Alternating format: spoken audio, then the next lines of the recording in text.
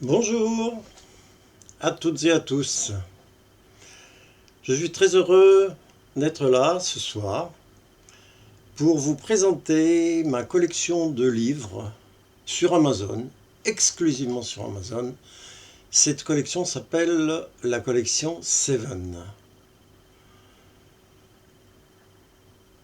Vous le savez, vous le savez pas, je suis un auteur édité à compte d'éditeur, disons à 10%, et édité aussi à compte d'auteur à 90%.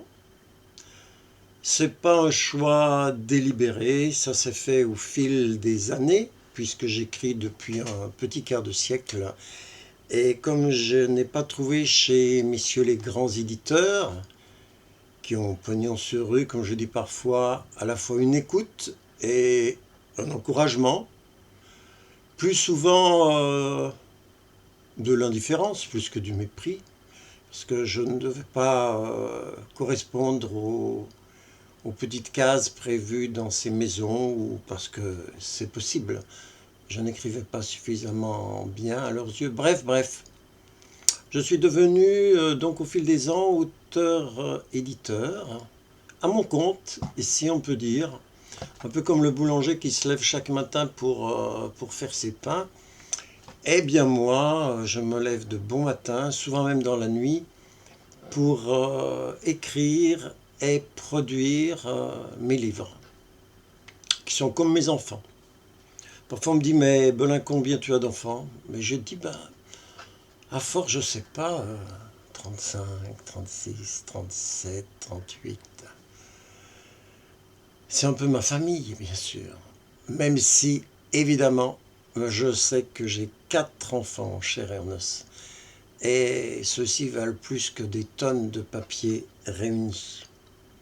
Pourquoi est-ce que j'ai fait cette collection sur Amazon?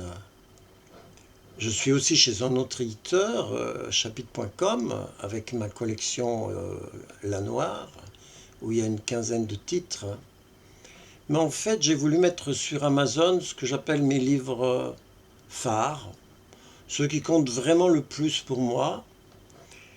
Et je sais qu'il est de bon ton de dire grand mal d'Amazon.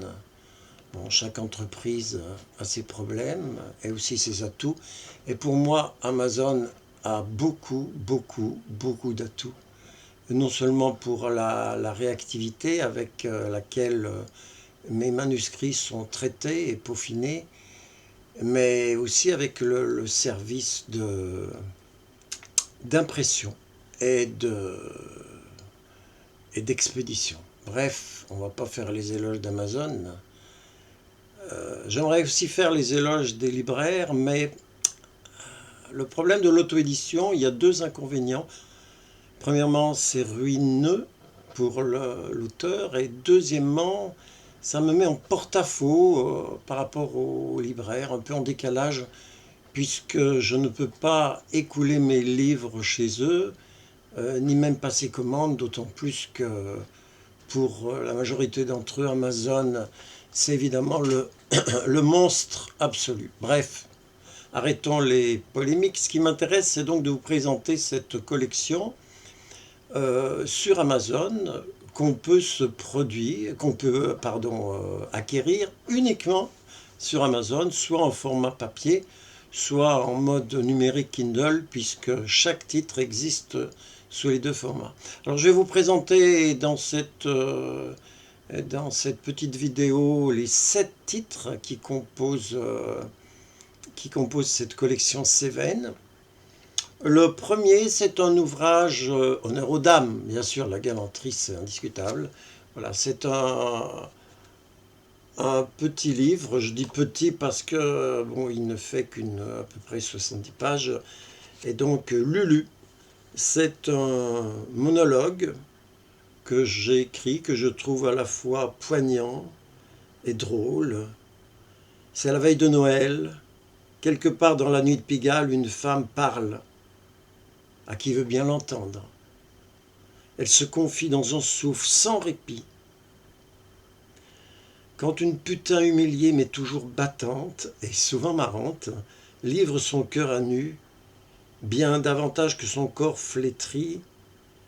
Quel autre être humain sera trop pressé ou trop distrait pour ne pas lui apporter en urgence ce tout premier secours, l'écoute. Donc, ma Lulu se confie à chaque lecteur, à chaque lectrice.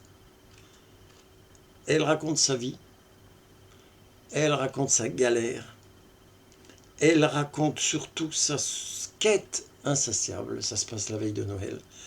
Et la quête, c'est l'amour. Même si, comme dit Luc Dietrich dans l'épigraphe, nous ne savons pas aimer. Nous ne savons que nous enfoncer bouche contre bouche dans la nuit redoublée.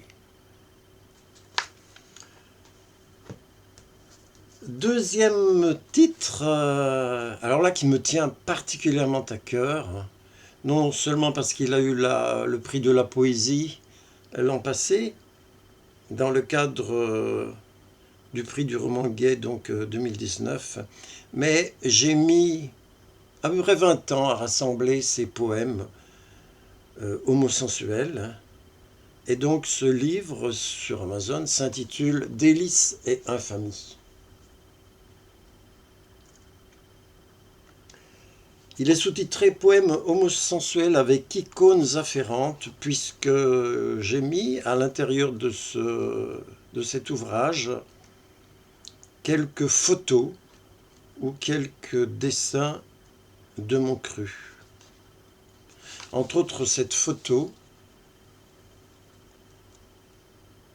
d'une très belle épaule tatouée, et je crois qu'il m'a inspiré un de mes poèmes les plus sensuels qui s'appelle « Sur l'échelle ». Voilà. Délices et infamie. Continuons avec un troisième titre, Un ange pour l'été, qui était paru d'abord aux éditions H&O sous le titre Le Messager. Ça, c'est mon livre, ça représente tout, ça représente mon premier roman, ça représente la confiance que m'avait faite H&O, ça représente une pièce de théâtre qui avait été écrite avec le comédien Denis Daniel, hélas décédé. Cette pièce qui avait été jouée à Marseille. Bref, pour moi, c'est le roman qui me touche beaucoup, que j'aimerais à nouveau pouvoir faire jouer sur scène, mais à Paris, c'est pas facile du tout. Voici l'argument. L'histoire se passe de nos jours à Paris, dans un quartier cossu de la capitale. Julius dépérit d'ennui en ressassant ses souvenirs, tandis que sa maladie s'aggrave de jour en jour. Trop misogyne pour supporter sa concierge Alicia, le vieil original se décide à faire paraître une petite annonce pour dénicher un homme de ménage qui pourra remplir cet office, lui tenir compagnie 2 après-midi par semaine. L'élu sera Raphaël, un étudiant pétillant, rieur, à la recherche d'un job pour l'été. Si tout oppose les 2 hommes, si chacun des 2 veut cacher à l'autre un terrible secret, ils parviennent néanmoins à s'apprivoiser, à sourire, à dialoguer, pour entrevoir peu à peu l'essentiel qui les réunit. Mais cet essentiel a un prix à payer, et quand arrive septembre, tout va s'accélérer dangereusement. Suspense. Donc, un roman, Un ange pour l'été.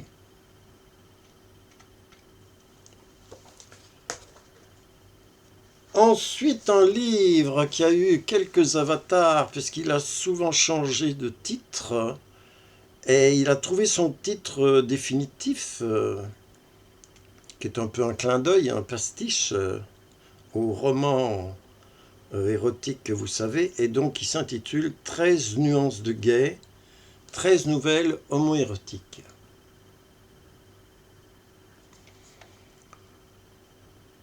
Alors voilà, je vous lis simplement la 4e de couve.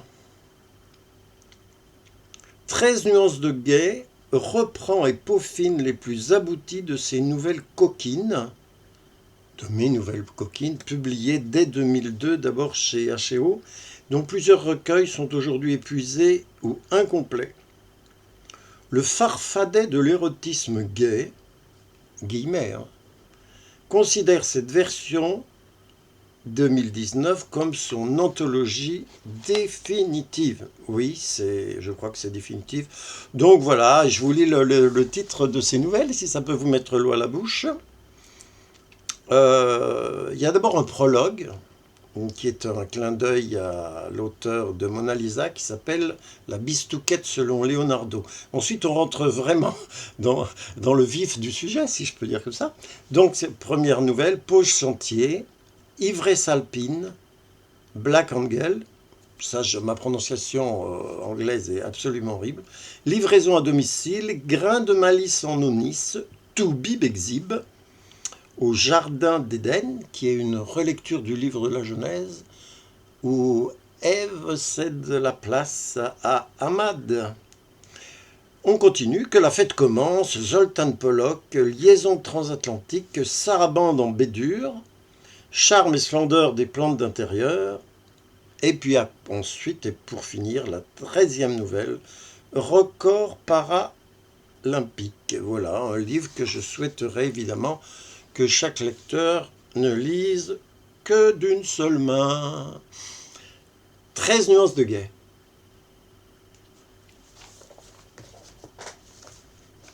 Alors ensuite, le pavé. C'est l'arme fatale, comme je dis plaisamment, si vous voulez assommer votre belle-mère.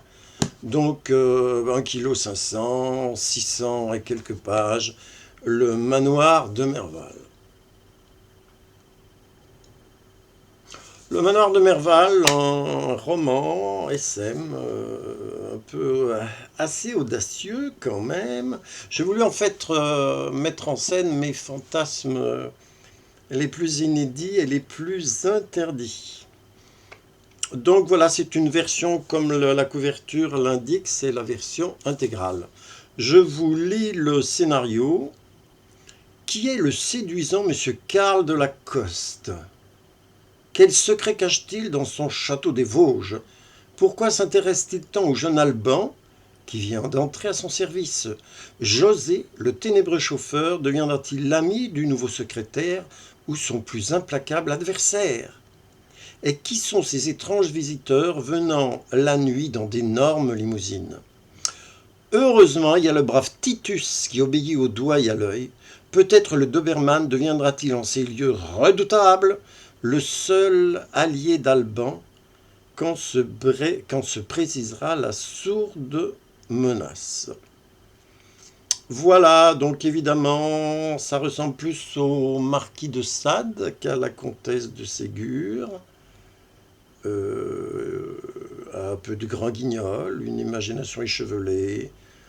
Bon, certains diront « Oh, c'est un roman de gare », d'accord. Mais bon, je vous présente donc le manoir de Merval. Frisson garanti. Ensuite, la merveille des merveilles selon moi. Un récit plus que roman, d'ailleurs qui sera repris dans mon 7e livre, donc attention de ne pas faire de doublons. C'est Isa, mon amour. Isa, mon amour, où là on abandonne Eros et on entre vraiment dans le camp de Théos, de Dieu. Vous savez que vous savez pas, ce sont mes deux inspirations qui peuvent paraître absolument paradoxales. Eros et Théos. René Samir mesure près de 2 mètres, mais il est beaucoup moins grand dans sa tête. Son seul amour, c'est Isa, Jésus en arabe. Après une jeunesse défavorisée et une surprenante conversion, il rêve de devenir prêtre. Pas si simple. Car malgré une foi aussi fervente que naïve, René Samir, qui tient tant à son premier prénom, René, à cause de sa conversion, est est sans cesse recalé pour l'accession aux ordres sacrés. Rebuté par les études théologiques, soupçonné d'homosexualité, déstabilisé par un prêtre psy aux méthodes singulières, en but aux injures de ses coreligionnaires qui le traitent d'homme-tournis, ça veut dire apostat, ce garçon dépérit dans son séminaire, à Issy-les-Moulineaux. Pour survivre, René Samir décide d'écrire sa vie en se faisant aider par un écrivain conseil et de pouvoir appliquer son plan B, mais là aussi, la menace du vendredi noir se précise. Il y a souvent une menace dans mes livres. Ça, c'est le livre de mon cœur. Si je devais apporter sur une île déserte qu'un seul livre, je choisirais celui-ci. Je ne sais toujours pas ce qui m'a pris, quelle a été mon inspiration, quand un jour, René Samir, qui dans une première version s'appelait Loïc d'ailleurs, quand René Samir s'est emparé de moi et m'a remis, on peut dire, sur les chemins, non pas du catholicisme, mais d'une foi en Christ. La nuit de René Samir, la nuit d'Issa mon amour, la nuit de la passion, ou deux sens du terme bien sûr, la souffrance, et surtout un amour total, flamboyant, sans aucune concession.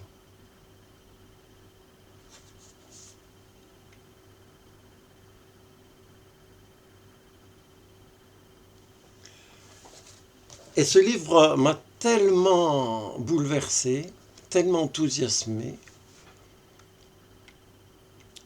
que j'ai décidé de l'insérer dans mon dernier ouvrage qui est paru le 5 octobre dernier. Et alors, c'est un ouvrage étonnant parce que il se présente comme ceci en fait.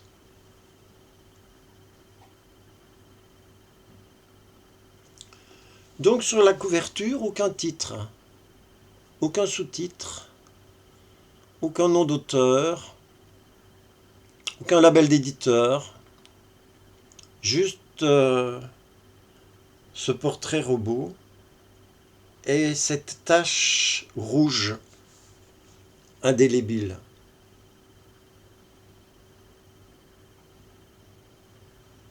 Je sais pourquoi j'ai voulu une couverture sans caractéristiques ordinaires.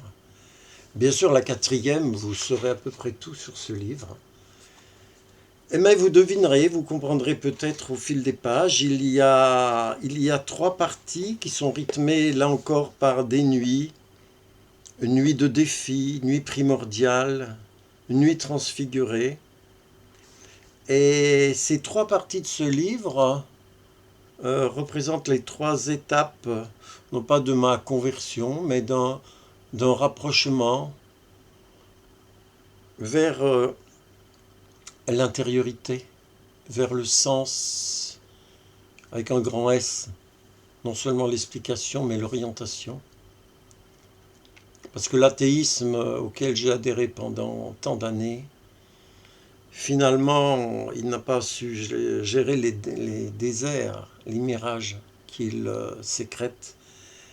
Et pour moi, il est important, même sans lien ou sans appartenance à aucune religion, il est important de retrouver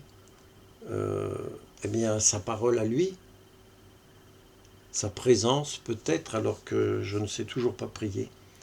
Bref, les 3 étapes donc s'intitulent le Lilas de Maurice, c'est une correspondance que j'ai retrouvée entre juin 93 et février 94.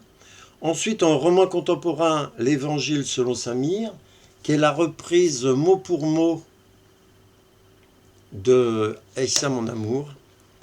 Et enfin, la dernière partie qui est ma propre version du Sermon sur la montagne que j'ai appelé le Pacte Neuf, où je me suis permis d'être fidèle et très infidèle aux 4 évangélistes, entre autres avec des petits anachronismes. On parle même du virus de Belzébuth.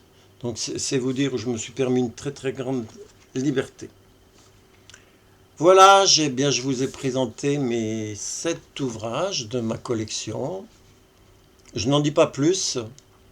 Si vous voulez découvrir cette littérature, de la prose, de la poésie, de l'écriture érotique, de l'écriture mystique, eh bien vous faites un petit tour sur Amazon et sans vouloir avoir les chevilles qui enflent, le reste pourquoi pas, c'est toujours agréable, eh bien j'en profite pour remercier pour finir le prix du Roman Gay 2020. Je remercie le jury puisqu'il vient de m'accorder le prix d'honneur pour l'ensemble de mon œuvre. J'en suis très heureux et très fier. Et je serais très heureux aussi que vous fassiez la connaissance de mes héros, de mes livres, de ma passion, puisque j'essaye d'écrire en vivant cette maxime qui n'est pas toujours facile à réaliser noir sur blanc, écrire ma vie, vivre mon écriture. Voilà, merci de ton attention. Au revoir, merci.